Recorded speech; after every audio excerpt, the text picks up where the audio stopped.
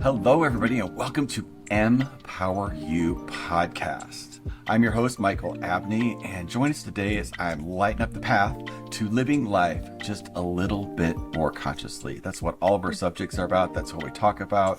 And join us today as we explore, transform, and empower you to live your life a little bit more conscious, a little bit more awake. And we do that by talking to folks that are on that path and sharing our journey. And today is no exception. I'm happy and excited to introduce our guest, Elizabeth Kipp. You wrote in and you wanted to talk about ancestral healing and had some exercises and just the importance of dealing with contextualizing our past and empowering us to move forward, but without those restrictions of what the past has told us is possible. Like, that's what I think of it when I think of what you said or what you were talking about, like this whole concept of what's all that have to do with like how we act and show up today, right? So dive in. Let me know like a little bit about your story, how this occurred to you, how like this passion sort of evoked in your life, and how you're using it to help all of us evolve to that next level. Thank you for being here today. Oh, thanks so much, Michael. It's my pleasure. I originally was introduced to ancestral work when I was in a pain management program trying to detox off of opiate and benzodiazepine medication that I've been on for a long time for a back problem. And ancestral clearing was a modality in this pain management program. And I have this science training. So I'm in this strange room learning new things, and my science hat is on. You were in there, right? Taking data. I'm like taking data on what's happening, right? Yeah. So there's a part of me that's very engaged that way. And so I was introduced to this modality, and one of the things that the gentleman asked us, this was John Newton of Health Beyond Belief, who this is his trademark registered process called ancestral clearing. As opposed to ancestral lineage healing or ancestral healing, it's ancestral clearing, a trademark, registered product, a modality. So he starts by handing us all, I'm in a room with 20 other people, and he hands us, and we're all chronic pain sufferers. Okay. We're trying to detox off of medication, and we're all in pain, right? And he hands us this piece of paper, which is English on it. I knew about Sanskrit power words. I didn't know English as power words. That's just my orientation at the time. And he asked us what our pain level was from 0 to 10. And everybody in the room said 8. Mine was at an 8 to 20.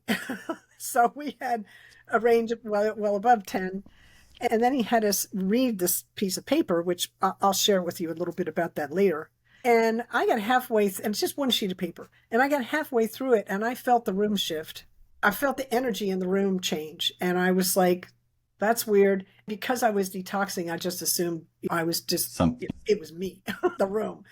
But then I got finished with the prayer, and my pain started just like dissolving. And it went from an 8 to a 2. And I was like, okay, I know that happened. Like that's real. It's not a figment of my imagination.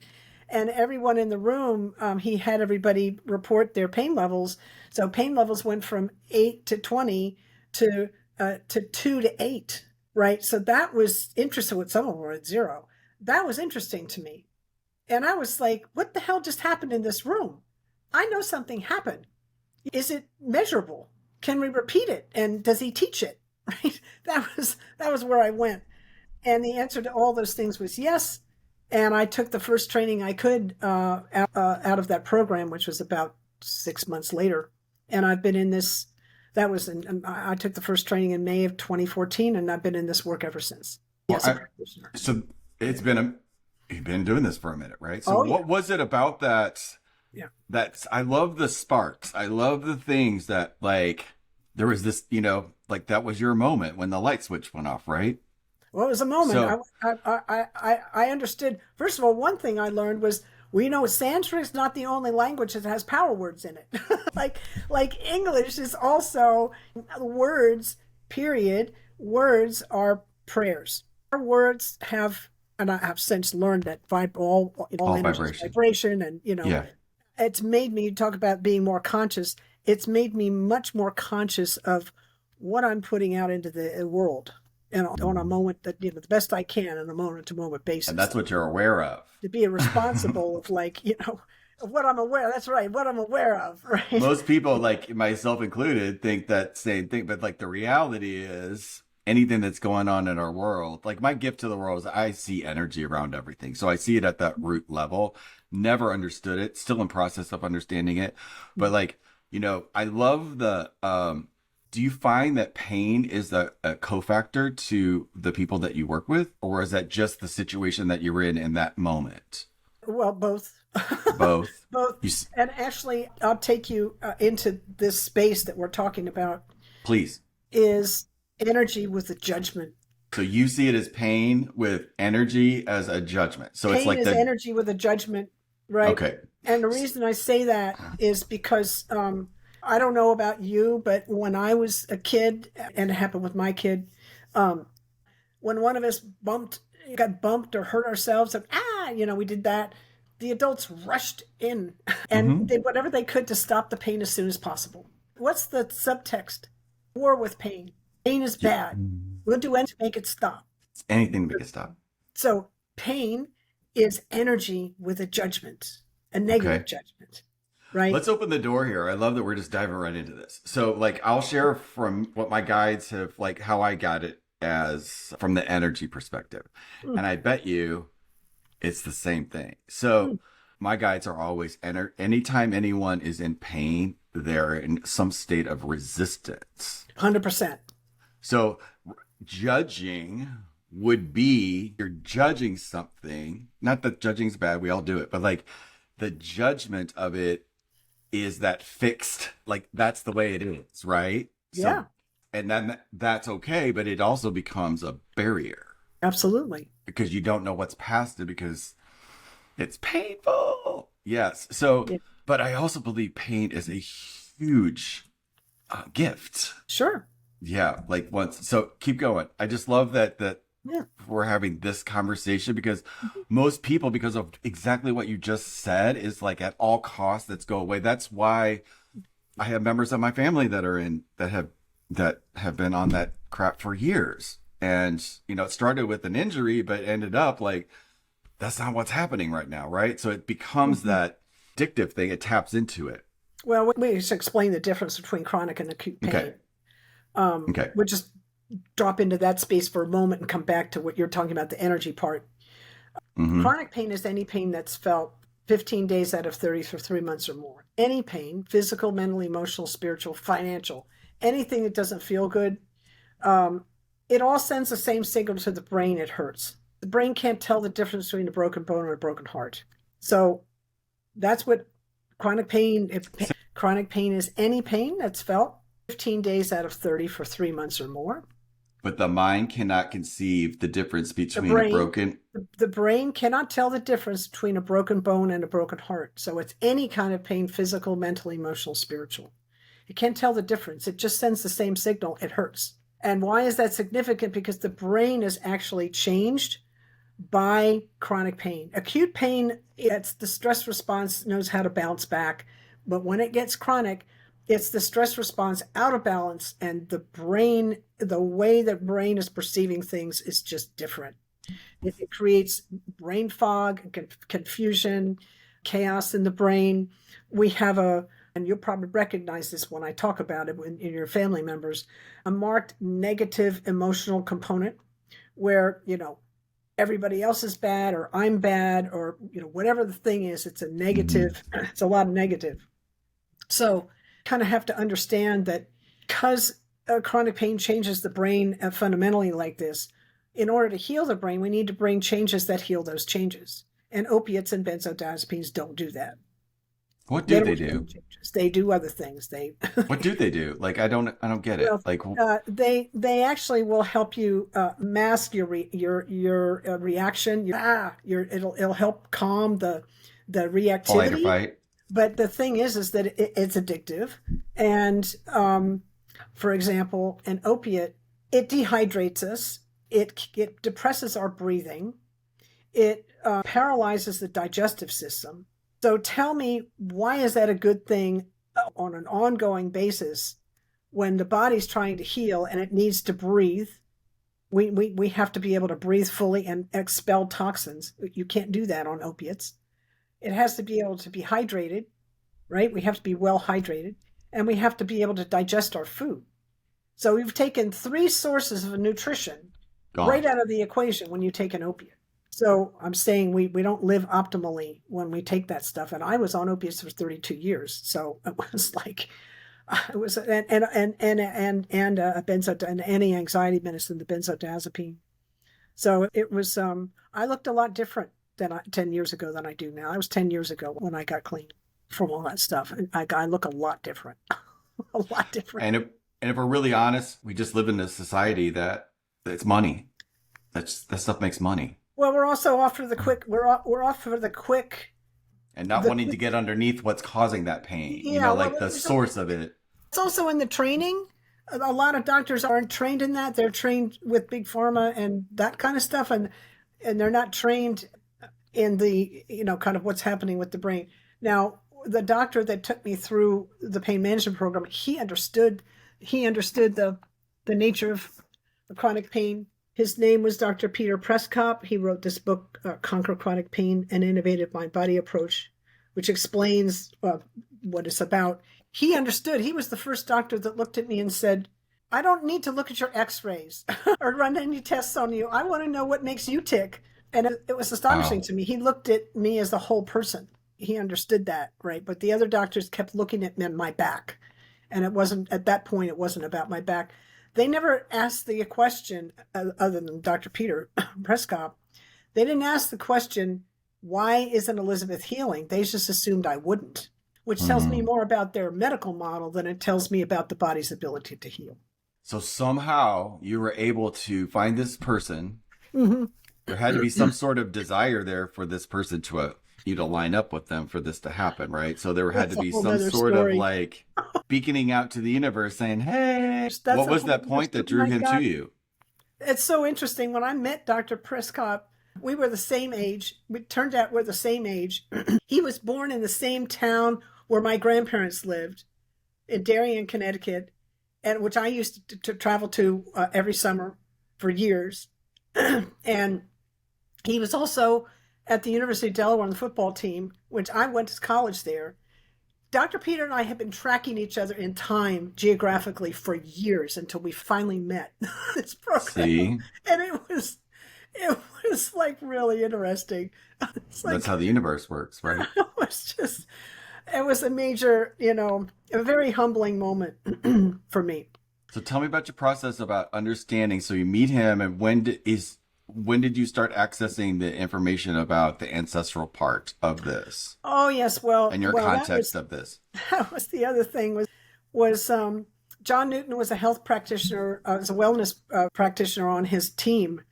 And he was the one that did this ancestral clearing. And I was so impressed with the process. But the other thing is that I had private sessions with John. And I remember sitting down. It was so funny. Remember, my orientation is pure science, right? So I didn't know anything about psychology. Science is spirituality. Science is spirituality. Science is know, spirituality. But thank God I knew that. Thank God I understood quantum physics, like at that level, that understood that there was this nexus. Otherwise, I would have been lost. Completely out of it. Yeah, 100%. Like it would have been over. But I remember the first time I had a private session with John. There's no touching in this thing. We sit across from one another, and he said to me, and I'd never even thought of this, and no one ever said this to me before, but it landed as truth so fast it made my head spin. He started the process, and I'll take you through a piece of this later, so the listeners can get a sense of it. Sat across from me, and the first words that I remember out of his mouth was, for all the bullies in your life. He was doing a forgiveness for all the bullies in my life.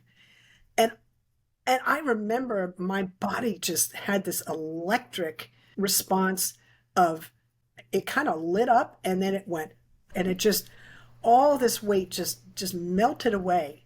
And it was so interesting because I had never even acknowledged in my own head all the bullies in my life. But there were plenty of them. I just kind of my Hmm. MO through life was like denial.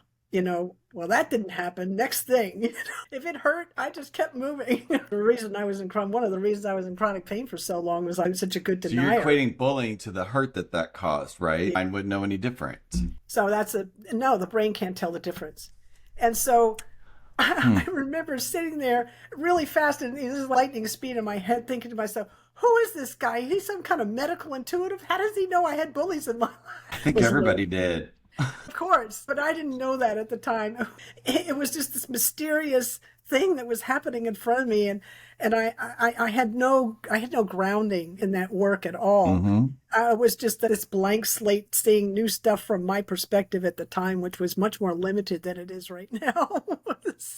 So anyway, I that was kind of my interest. You asked me what the entry point was. That was my entry point, and it was so. It wasn't just that I was getting help with it in all these interesting ways, but everybody in the room was getting help, and that got me. And we had a decent. It was like 21 people, and that's a decent sample size.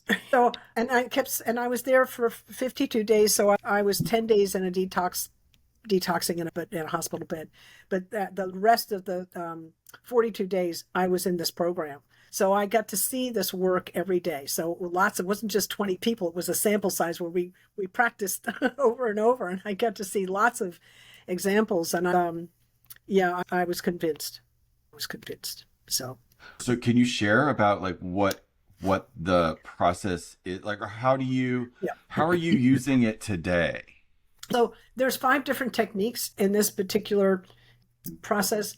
I sometimes will blend compassionate inquiry, Dr. Gabor Mate's compassionate inquiry process with it, which is like, that's a topic for another day, but I'm just saying it will blend with other things well. But it's a beautiful thing on its own.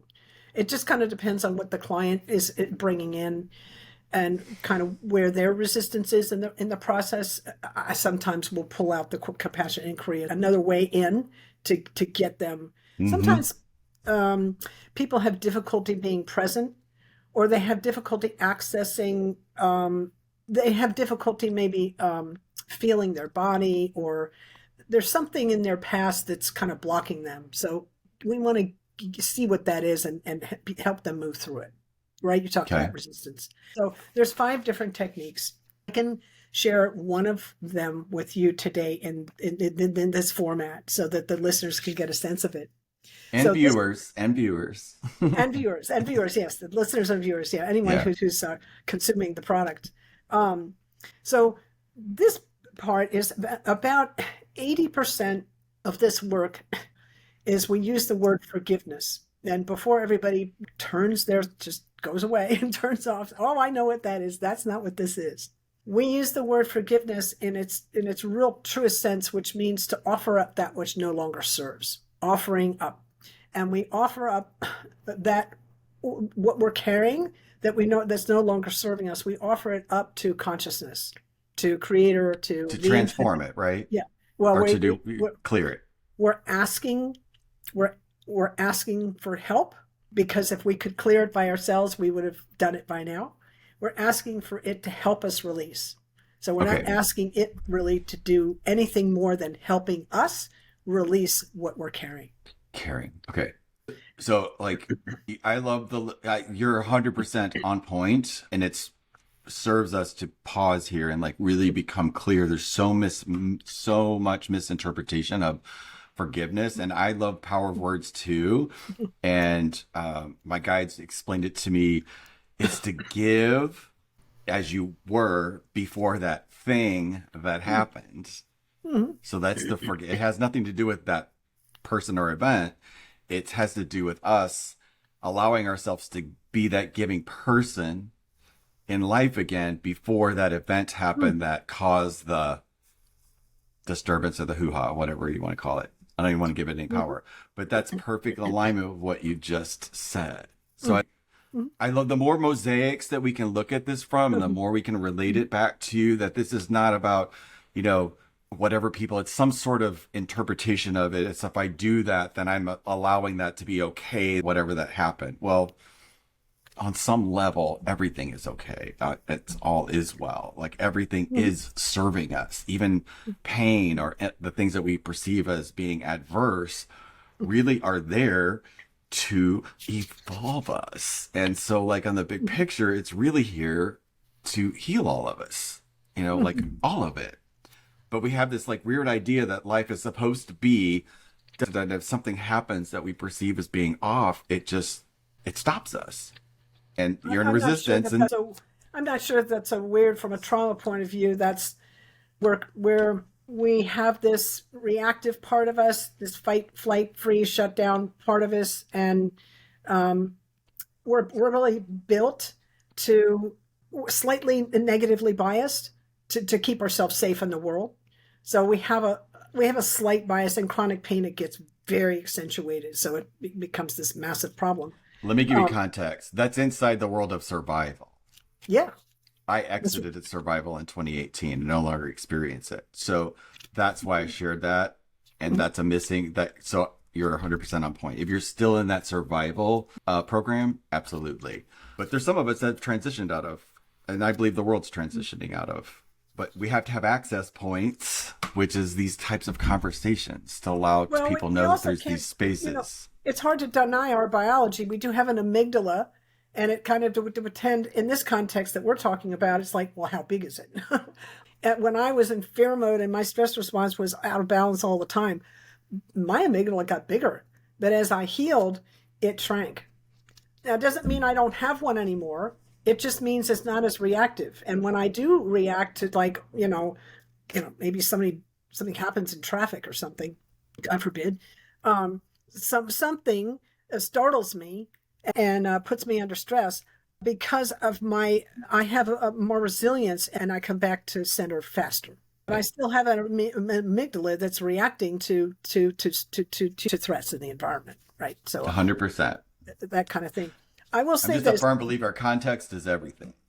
I was just going to say, I notice how the universe always provides. Always. And my worry about it, and my worry that it won't, only leads to suffering. Only. One thing. It stops the process. Absolutely. It's like if I'm working with somebody, I'm like, why are you arguing with the entire universe? Why are you arguing with the entire universe? Like, why?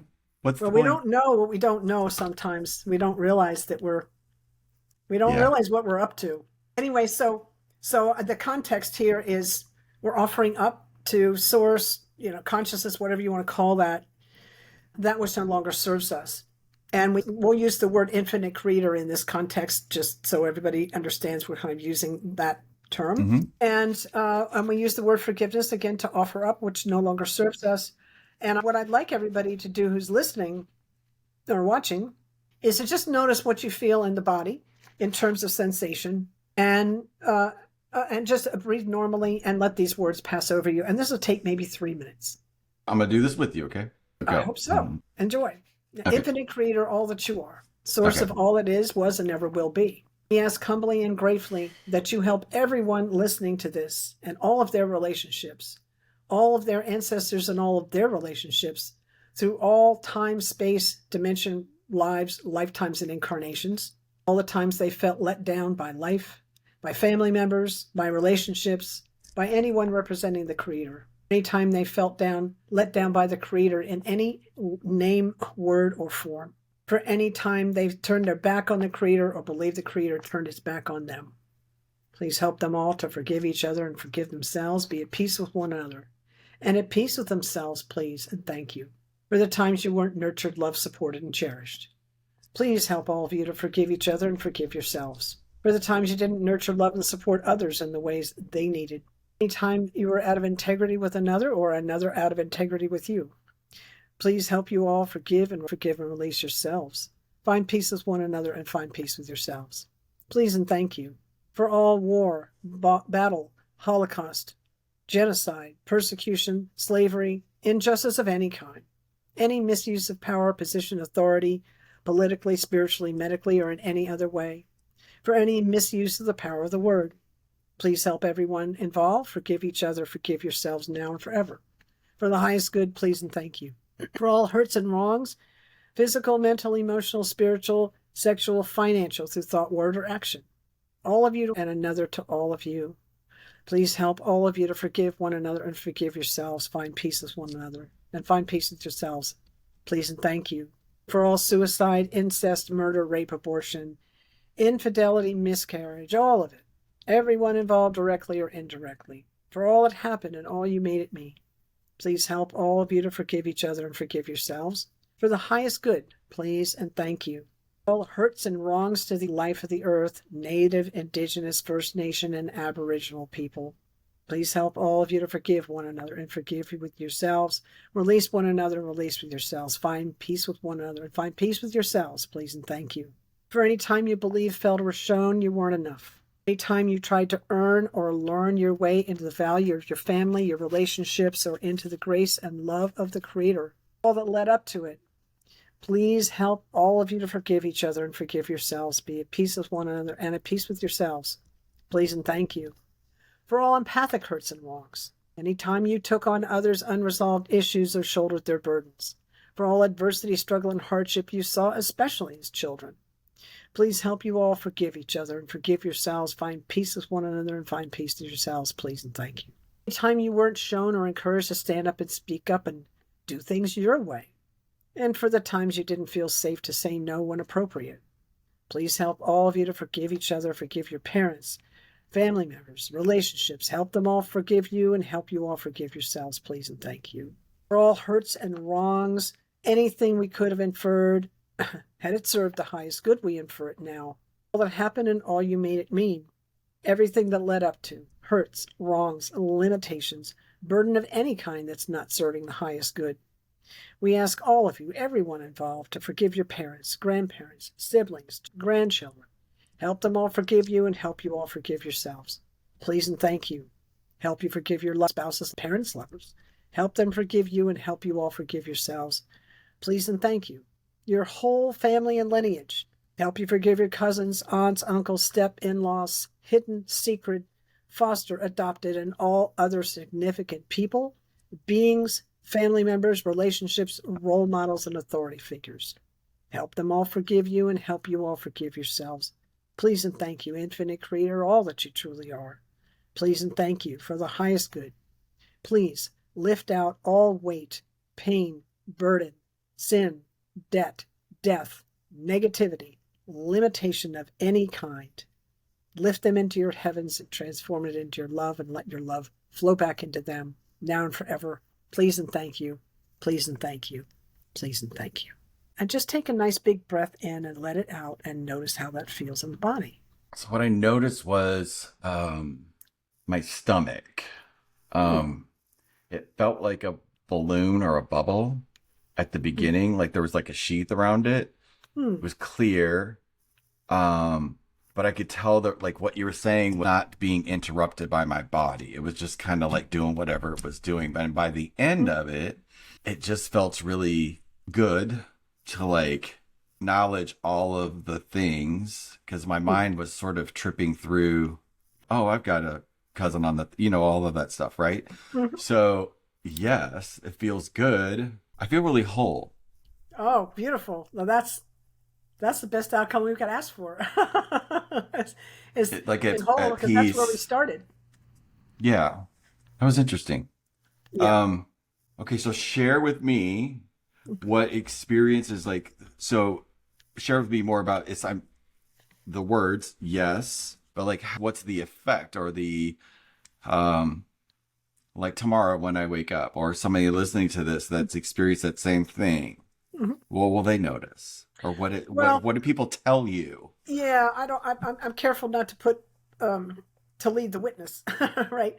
No, it's more about the result, like your experience of the result. Yeah, So I'm like, from the science perspective, I am really I believe this is science too. So I believe the proof's in the pudding, so it's like you get that it does something in the brain to turn off this is woo and I don't need to be doing it, right? So that's what I wanted to bring to the table and to our energy right here. Oh, well, we could so go there.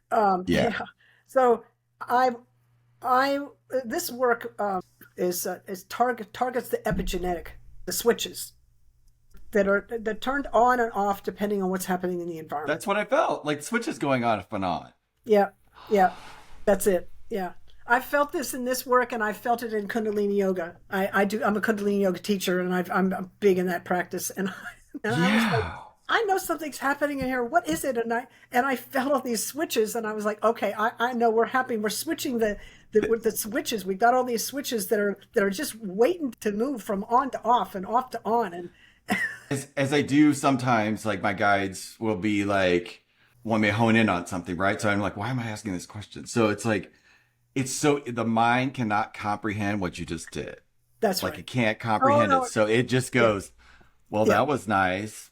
But yeah. like I wanted it to be more than that. Like, okay, I've had this type of, not this, but like where this shows up in the experience the next day. And it's for me, it's so important to connect the dots Mhm. to having experiences that our mind can't comprehend. Like it can't comprehend our Right, intuition. It can't comprehend right. these amazing gifts that we have being Hmm. here and being physical, but we're more than just physical. We're Absolutely, yeah. I'll give you an example of what happened to me. I remember being in this program, and and we did whatever we did on Friday. And I remember I have 200 wires in my right wrist from when I was 14, and I was trying to open a door that had a glass pane in it, and I missed the wood and hit the glass, and whoop, my arm went right through it in a big cut. And and it and I had been playing all kinds of wind instruments and guitar, and then when that injury happened, I just wasn't able to, like, I couldn't get my fingers to coordinate. I don't know what the problem was. Well, I'm in this program, and I never said anything to anybody about this. This is like minor compared to my other issues, right?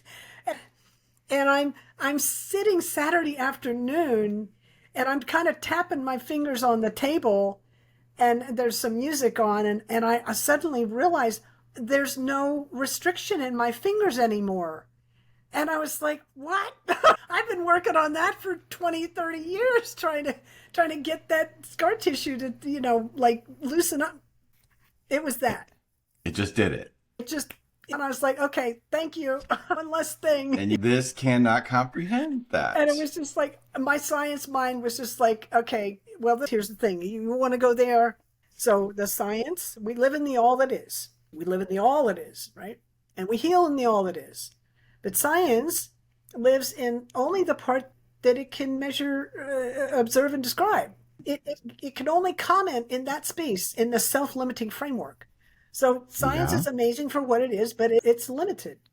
So we have to kind of understand when we jump out of that. The mind's used to being in it. We jump out of that from time to time. We have to be okay with the mystery. And not have to try to explain it or something. Yeah. Like it's just like it's activating that faith that like that's an actual thing that you can develop. And so like it's the same thing. It's like that when you change the way you look at something, you're looking at change it because we're Yeah. the observers what creates the effect. So when you're Mhm. saying I'm only looking at it, it's only because you're the observer. That's like we know this because of quantum physics and that Mhm. famous test that showed that that's how it was. But at the same time, our minds really can't, as a whole, conceive that or Well, we have to process that. understand. I took a course called physiological psychology when I was about 18 in college. It was one of the hardest courses I ever took. And it was so hard. And I'm pretty good at memorizing and understanding stuff and things like that. It was just really hard. And when I got through with the final exam, I asked myself this question: Elizabeth, what exactly did you learn in that course? Because I learned like names for 5,000 different things and processes of this and that. And I'm like, I learned pathways and all kinds of stuff. But I asked myself, what is it actually that I learned? What's the thing, right? You put yourself through all that. What did you learn? And my answer was, I learned that the brain is limited. It's amazing, but it's a limited. It's got some limits to it, and that was really good to learn at that age, because I realized there was going to be a lot of stuff that I wasn't going to be able to necessarily understand, and I was okay with that. In the science world, the need to know can be an addiction. It can be like, I need to, 100%. I just kind of like, Well, it's the perfectionism. Like yeah. I almost said I suffer from that. I know what that's intimately like because I have that where I still am a real estate broker, but I am so passionate about this. I've been doing this, for 20 years. So passionate about manifesting and energy and all that stuff and connecting to all the woo woo stuff I could ever get my hands on. But the reality is at some point, it has to like come back to like your life and they have to become like had this life and then I had this life. Mhm. And like, there's to get your real estate license, you have to go through and learn a whole bunch of stuff that you're never ever going to use ever in your entire life ever. Same thing when I was my first career was I was a hairdresser. Same sort of thing. None of that actually has anything to do with the skill set and your talent that you develop by becoming because at the end of the day, I bring me to the table in Mhm. anything that I do. Mhm. Me as a real estate agent, I ended up where I just talk about energy when I'm in houses with people. Or they'll go, "Oh, I just have a really weird vibe about this house. I don't know why." I'm like, "Can we talk about this? Because Mhm. there's something here that this could be your perfect house, but you have some mental construct that's literally preventing you from physically buying this house because you have a feeling. So can we talk about it?" And they do.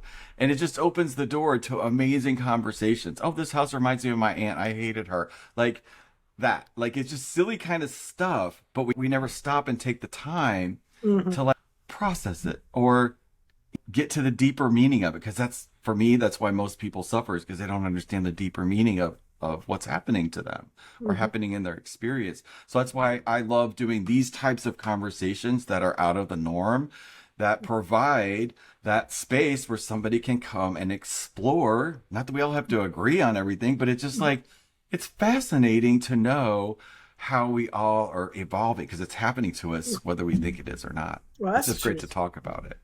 And you Well, have an I amazing just, take on this. I love it. yeah, well, thank you. The I remember being, I've said this before, when I was 4, I asked my father, I see that there's this, it's a physical world, there's this world, and then there's this like religious world over here, and where do they meet? And his answer was, you ask too many questions. Just like, dude, that's not an answer. But that's what everybody said. So I stopped asking the question out loud, but I kept searching for the answer. And finally, when I saw my very first TV show, which was maybe on Nature or the Science Channel or something like that on quantum physics, I, Hmm. aha, that's where they meet in the quantum world. And I was so happy. It took decades for me to get to that It's answer, pretty amazing, isn't it? but I got to it. And here's the thing, is relating it to the ancestral thing. So quantum physics tells us that in the present moment, we have access to the past, present, and future all at once, which is why we can do this work, by the way. Okay? Mhm. That's why it works. Now, take that in for a moment. In the present moment, we have access to past, present, and future all at once. So that means in the present moment, we're actually experiencing the information, all the energetic information that, not just energetic, but essentially energetic information that all the ancestors went through is coming through us in this moment. They're with us in this moment. Looks like I lost you. You there? Can you hear me, Elizabeth? I can hear you. Yeah, you pause for just a moment. Hold on Can one you hear me second. now? Your Can you feed is like got I'm losing you. can you So I hear me can't now? hear you. Can you hear me now? Can you see me? Yep, I can see you. It may be just catching up with itself because we're at like 43 minutes, but like I just want to make sure that I'm hearing what you're saying because you keep going in and out. Okay. Can you hear me now? So let's just take a moment. Just I can hear you Hang on. and I can edit these parts in and out, but I just want to make sure that I can hear you. Can you hear me now? I can hear You're, you. I just you can. can't see you. Oh, really? Do you want me to turn my camera off so that there's more bandwidth, or am I good? No, it still should be recording on your end, and Okay. I'll fluff this out because there's multiple Okay. ways. And I've Okay. had this happen before, and the video is still okay. It's Oh, good. just I can't hear you to respond to you. Oh, okay. But I Okay. heard what you were saying about. Does that make sense? Yeah. Okay. Okay. Dang. I've never had this happen before while I was doing it. I still can't see you. Okay. Well, Let's do this. I'm going to, are you there? Yep, I'm here. Okay. So let's do this. If you can, share with me your takeaway for today. Well, my Like having takeaway this for call, having this yeah, experience. my takeaway for today is an understanding that we really are all energy, and we're existing in a field that's in the present moment, that accesses all that's around us in this moment, but also the past and the future all at once, which is why we can do this work. And I feel it's also why we evolve, if that makes sense. It does, and it was still cutting out there intermittently. So I will get that on the back end of it. Okay. If I need to reach back out to you to fill Sure. in some of the blanks, we will Sure. do that. I have Okay, no idea awesome. why that was doing that. Sometimes I feel like the universe is like, "Ooh, you're really high frequency, and we don't match the what we're inside of. We're affecting the electronics."